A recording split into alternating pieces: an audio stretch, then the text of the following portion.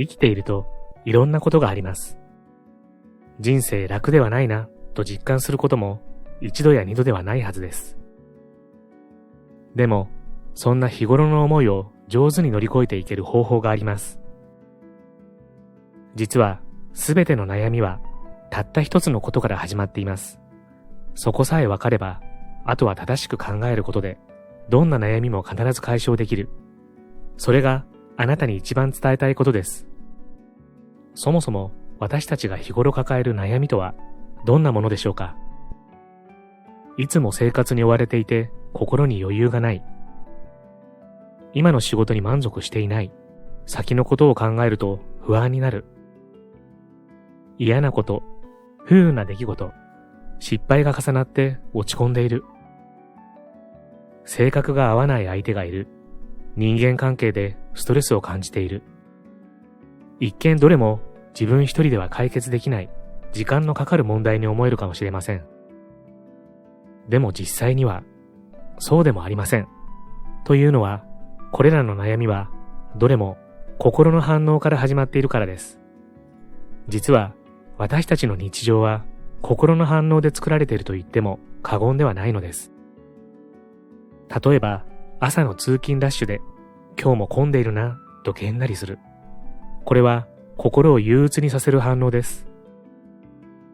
心ない相手の態度にイラッとする。これは、怒りを生む反応です。大事な場面で失敗するかもしれない、とマイナスの想像をしてしまう。これは、不安や緊張を生み出す反応です。人と会うときも、仕事をしているときも、外を歩いているときも、心はいつも反応しています。その結果として、日頃のイライラや落ち込みや先行きへの不安やプレッシャー、失敗してしまったという苦い後悔などの悩みが生まれます。ということは、悩みの始まりには、決まって心の反応があるのです。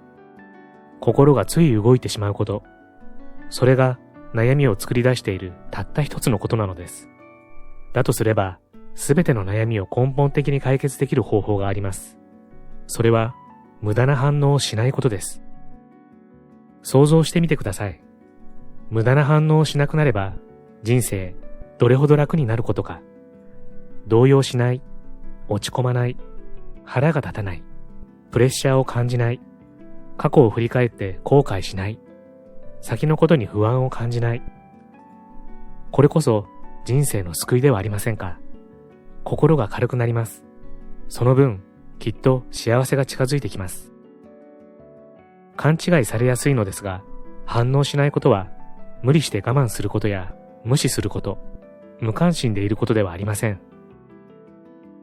悩みを増やしてしまうような無駄な反応を最初からしないこと、怒りや不安や、どうせ自分なんてと暗い気分が出てきたら、素早くリセット、解消することです。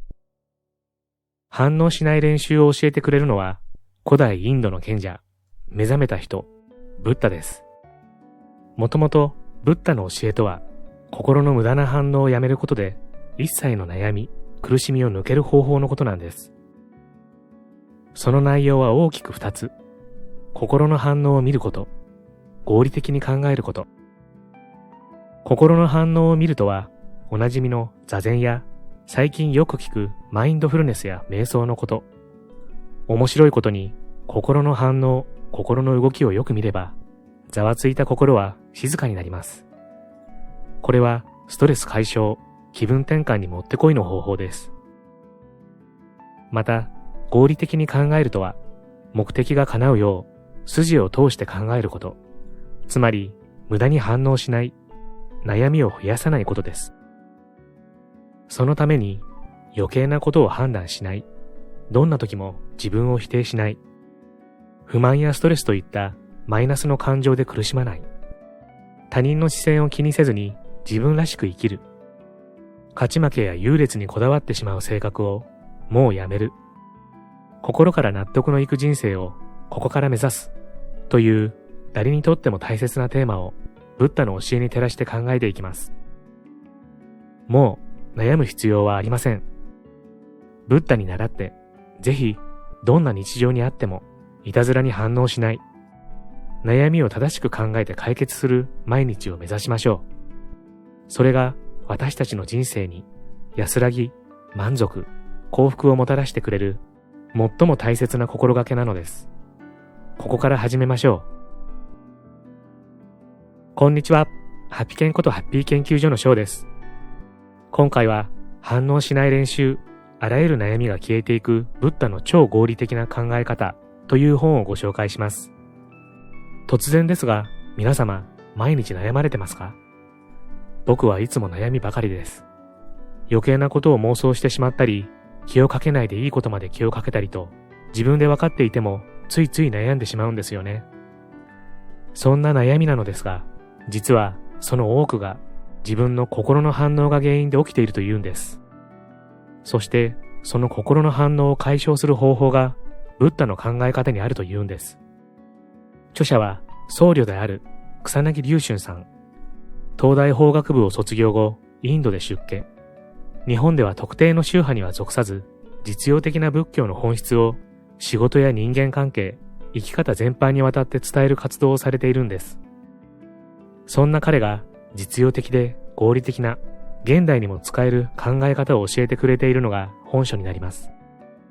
ブッダとついていますし、ものすごく宗教風味があるのかと思いきや、そんなことは全くなく、とても理路整然とブッダの考え方と具体的な方法論を紹介してくれていて、かなりわかりやすい内容でした。ああ、悩みってこう捉えてこんな風に消化すればいいんだと、今までの考え方を変えてくれる一冊になっております。本動画ではそんな本書の雰囲気をご紹介したいと思いますので、ぜひ最後までご覧になってくださいね。ハッピー研究所では幸せになるためのいろいろなノウハウをご紹介しています。よろしければチャンネル登録していただけると嬉しいです。心の反応を見る。人生に悩みはつきものと世間ではよく言いますが、悩みの正体が分かっている人は意外と少ないものです。ブッダの考え方は、私たちが日頃抱えている悩みを理解することから始まります。まずは私たちの日頃の胸の内を振り返ってみましょう。仕事が思い通りにいかない、やりがいがない、人との付き合い方で苦労している、いつまでも吹っ切れない重たい過去がある、自分をうまく伝えられずストレスを感じてしまう、この先どう生きていけばいいのか漠然とした不安がある、など人それぞれに抱えているものがあります。ブッダは私たち人間が生涯で体験するこうした悩みを8つの苦しみとして表現しました。皆さんも四苦八苦という言葉を聞いたことはあると思います。道を生きる者よ、生きることは苦しみなのだ。老いること、病にかかること、死は苦しみである。厭わしい者と出会うこと、愛する人と別れなければならないことも苦しみである。求めるものを得られないこと、ままならない人間の心もまた苦しみである。ブッダの考え方の特色は、人生には悩み、問題がつきものなのだという現実を最初に受け入れてしまうところにあります。私たちが日々感じている満たされなさ、生きづらさ、憂鬱といった思いをあると認めてしまうこと、その潔さ、合理性が仏教の特徴です。私たちはこれまで漠然と悩んでいる状態を生きてきました。満たされなさをはっきり自覚できなかったから、いつまでも気が晴れない状態が続いてきたのです。でも、満たされなさがある、悩みがあると理解してしまえば、ではどうすれば解決できるかと思考を一歩前に進めることができます。あるものはあると、まず理解すること。私には満たされなさ、未解決の悩みがあると自覚すること。解決への希望はそこから始まるのです。では、悩み、苦しみの原因は一体何でしょうか？仏教の世界では、苦しみの原因は執着にあるとよく語られます。執着とは手放せない心。どうしてもしがみついてしまう、こだわってしまう、怒りや後悔や欲望といった思いの数々のことです。人はなぜ悩み、執着を手放せないのか。なぜ日頃様々な問題を抱えてしまうのか。そうした悩ましい現実を作り出しているのは心の反応であることが明らかになってくるのです。確かに私たちは日々の仕事、生活の中で反応しています。何かを考える。嫌なことがあってつい腹を立てる。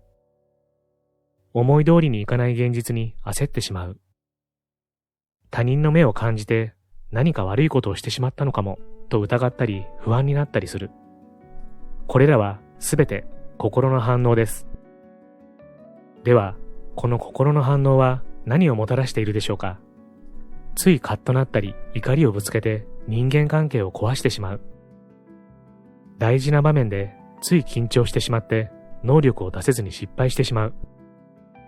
つい考えすぎてやっぱり自分はダメな人間だと落ち込んでしまう。これらも全部反応です。執着以前に悩みを作り出しているものがあるのです。それが心の反応なのです。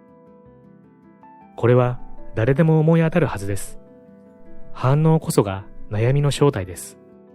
心の反応こそが人生のトラブル、悩みを引き起こしているのです。となると、私たちが日々心がけなければいけないことは一つです。無駄な反応をしないことです。その問題の理由に着目する。すべての悩みは心の反応から始まっている。それが一歩目の理解でした。ではなぜそのような反応をしてしまうのか。反応を作り出している真の理由にまで遡って考えてみることにしましょう。人間が抱える不満や物足りなさの理由について、ブッダはこう語っています。苦しみが何故に起こるのかを理解するがよい。苦しみをもたらしているものは、解を求めてやまない求める心なのだ。求める心は発生後、7つの欲求に枝分かれします。生存欲、睡眠欲、食欲、性欲、怠惰欲、快楽欲、そして承認欲です。確かにこれらの欲求は私たちの心の中にありますね。ということは人間の人生は次のように理解することができます。まず求める心があり、それが7つの欲求を生み出し、その欲求に突き動かされて人は反応する。時には欲求を満たす喜びが、時には欲求が叶わない不満が生まれる。そういうサイクルを繰り返しているのが人間の人生である。求める心のことを仏教の世界では渇愛と表現してきました。求め続けていつまでも乾いている満たされない心のことです。大切なのは心とはそもそもそういうものだと理解しておくことです。心とは求め続けるもの、それゆえに乾き続けるもの。心は求め続けるものと理解すると不思議な心境の変化が訪れます。このままではいけない、何かが足りないという得体の知れない欠落感や焦り、心の渇きが収まって人生はそういうものともっと大きな肯定が可能になるのです。例えば、あなたが次のような悩みを抱えているとしましょう。最近、周りの人に苛立つことが増えてきた。身近な人のやることなすことがやたら目についてしょうがない。家族のことは昔から気に入らなかったが、最近は職場の同僚や友人にも不満が募ってきた。正直かなりのストレス、欲求不満が溜まっている。一体どうすれば解決できるのだろう。この悩みについて7つの欲求に遡って考えてみると、その原因が承認欲にあることが考えられます。自分を認めてほしい、注目してほしい、愛してほしい、評価してほしいという承認欲で外の世界に反応すると、周りは期待に応えてくれない人間ばかりだから不満や物足りなさを感じます。人間も世の中もなっていないと憤慨したりします。つまり他人の小さなことが目について不満を感じてしまうという悩みの正体は、もっと自分を認めてほしいという承認欲だったりするのです。ブッダの考え方の基本は、まず理解すること。こんな悩みを抱えている場合は、実際にこうやってみましょう。そうか、私には満たされていない承認欲があるのだ。この不満は承認欲の不満なのだ。このように繰り返し言葉で客観的に理解するように努めます。すると反応が静まっていきます。あるものはあると、まず理解することが一番正しい心がけなのです。私には承認欲があると素直に受け入れてしまう。不思議なことに、それだけであれほどの不満、それまでの憤懣、物足りなさ、寂しさが収まっていくんです。承認欲というそれまでの心の渇きの正体がわかるだけで、その不満状態から抜けてしまうのです。承認欲という反応の原因がわかれば随分楽になります。そして周りに認められたところで、それが一体何なのだと超クールに考えられるようにもなるんです。心の状態をきちんと見るだけで、反応せずにまず理解する。これが悩みを解決する秘訣です。特に心の状態を見るという習慣を持つことで、日頃のストレスや怒り、落ち込みや心配などの無駄な反応を抑えることが可能になります。では、心の状態を見るとはどういうことか。ここではその方法を3つ紹介します。言葉で確認する、感覚を意識する、分類する。いずれも無駄な反応を鎮める絶大な効果を持っているので、ぜひ実践してみてください。心の状態を言葉で確認する。これは心の状態を言葉で確認する方法です。例えば、苦手な人の前で緊張してしまったら、私は緊張していると確認します。長時間テレビやインターネットで遊んでしまったときは、頭が混乱していて落ち着かない、心がざわついていると客観的に確認します。特に目をつむって確認してみると、心が落ち着きます。言葉で確認することを仏教の世界ではラベリングと呼ぶことがあります。心の状態にペタリと名前を貼って客観的に理解してしまうのです。こうして心の状態、体の動作を客観的に言葉で確かめる習慣を身につけるのです。実践していくと見えてきますが、言葉で確認すると反応から抜け出せるのです。反応から抜けると心は落ち着きを取り戻します。体の感覚を意識する。もう一つは感覚を意識するという方法です。これはストレスや疲れが溜まった心をリフレッシュする抜群の効果があります。まず、目を閉じて自分の手を見つめてください。暗闇の中に手の感覚がありますね。その手を見つめながら上に上げてください。動く感覚があります。この時、手の感覚がある、手の感覚が動いていると意識します。手を肩のあたりまで上げて元の場所まで下ろします。その間、目をつむったまま手の感覚を見つめます。その感覚を徐々に全身に向けていきます。呼吸しながらお腹の膨らみ、縮みや鼻を出入りする空気の感覚を感じ取るようにします。こうして日頃動かしている体の感覚をよく意識しながら感じ取るようにするのです。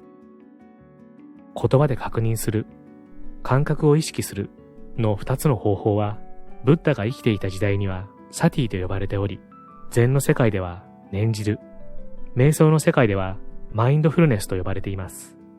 心の状態をよく見ること、意識すること、そのことで無駄な反応は止まり、心は静まり、深い落ち着きと集中が可能になります。頭の中を分類する。これは心の状態をいくつかの種類に分けて理解する方法です。言葉で確認するのと似ていますが、もう少し大雑把に関連的に理解するところに特徴があります。基本は貪欲、怒り、妄想の3つに分類することです。貪欲。これは過剰な欲求に駆られている状態です。平たく言えば、求めすぎ、期待しすぎ。焦りや人間関係をめぐる不満は大抵がこの求めすぎる心から来ています。怒り。これは不満、不快を感じている状態です。イライラしている、機嫌が悪い、ストレスを感じているときは、これは怒りの状態だと理解するようにしましょう。妄想。これは想像したり、考えたり、思い出したりと、頭の中でぼんやりと何かを考えている状態です。あれこれとつい余計なことを考えてしまう。落ち着いて物事に取り組めないという悩みの理由は妄想にあります。原始仏教は実は超便利なツール。ここまで紹介したブッダの考え方をまとめると、反応する前にまず理解するということになります。悩みの原因は心の反応である。心の反応の背景には求める心や7つの欲求がある。心の状態をよく理解するには、言葉で確認する、感覚を意識する、貪欲、怒り、妄想の3つに分類する。こうした理解によって苦しみを作り出している無駄な反応を解消していくのです。人がなぜいつまでも悩みを抜けられないかといえば、自分の心が見えないからです。例えば、あなたが心にモヤモヤを抱えているとします。もし、心の状態を見るという発想を知らないと、その霧が晴れない状態はいつまでも続きます。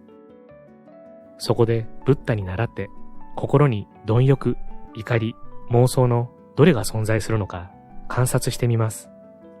欲が働いている。怒りを感じている。これは妄想である。という具合です。それだけでも、もやもやは晴れていったりします。その時、あなたが実践しているのが、本来の仏教、心を浄化する修行なのです。今に伝わる仏教は、こうした煩悩を戒めなさいと説きます。しかし、ブッダが生きていた当時、これらは心の状態を理解するためのツールだったのです。正しい理解によって人は自由な心を取り戻せます。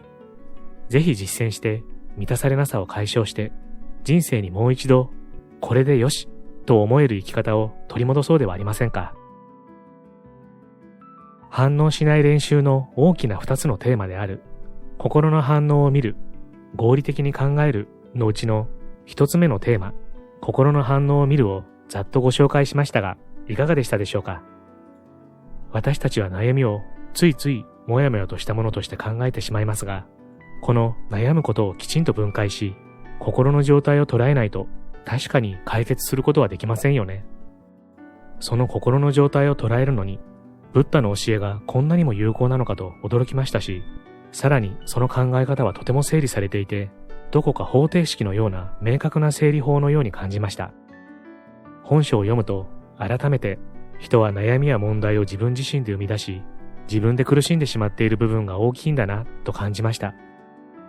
また、もっと宗教的な色が濃い本なのかと思いきや、全くそんなことはなく、とっても合理的な考え方で、かつ、とにかく読みやすいんですよね。20万部を超える大ベストセラーというのも頷けました。本動画でご紹介した心の反応を見るですが、実は本書全6章のうちの最初の章の一部をご紹介したものなのです。もう一つのテーマである合理的に考えるが5章分たっぷりと残っているのです。冒頭でお伝えしたこれらのテーマについて、ブッダの教えに照らして紹介されているのですが、こちらも明快な考え方ばかりで、とても納得感があるものでした。また、本書のタイトルが反応しない練習とあるように、実に様々な実践ワークが紹介されているので、すぐに具体的な行動に移せるのもいいポイントだなと思います。こんな観点の考え方があるんだと思わせてくれる一冊ですので、ぜひ読んでみてはいかがでしょうか。最後までご視聴ありがとうございました。